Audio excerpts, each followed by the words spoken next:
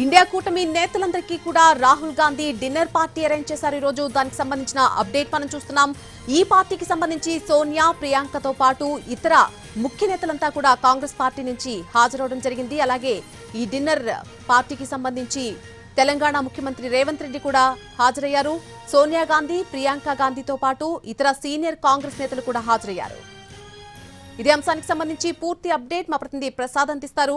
Prasad, India కూటమి party నేతలందరికీ కూడా Rahul dinner party arrange చేసినట్టుగా తెలుస్తోంది. దీనికి సంబంధించిన పూర్తి అప్డేట్ ఏంటి?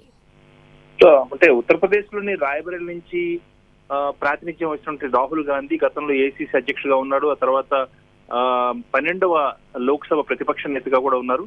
ఈ నేపథ్యంలో ఇంతవరకు కూడా ఆయన మాతృమూర్తి సోనియా గాంధీ నివాసంలోనే ఉంటూ వచ్చారు. అయితే ప్రతిపక్ష హోదాలో ఆయనకి లభించినటువంటి అధికార నివాసానికి మరమ్మతులు చేసి ఇటీవలనే పూర్తి స్థాయిలో సిద్ధమైంది. ఆ మేరకు ఆయన గృహప్రవేశం చేశారు. ఈ సందర్భంగా ఇండియా కూటమికి చెందినటువంటి నేతలందరినీ కూడా ఆహ్వానించడం జరిగింది.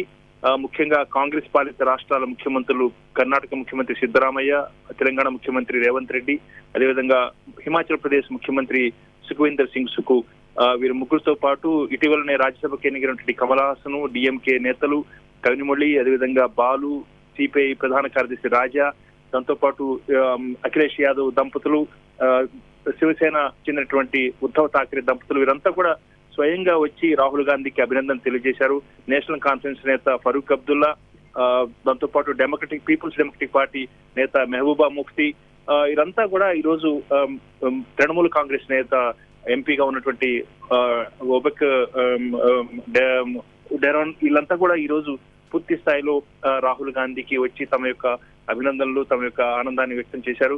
తొలిసారిగా అధికార నివాసానికి వచ్చినటువంటి ప్రతిపక్ష నేత రాహుల్ గాంధీకి వారంతా కూడా రాహుల్ గాంధీ ఇచ్చినటువంటి విందుకు హాజరయ్యి వారంతా కూడా అభినందనలు తెలియజేశారు.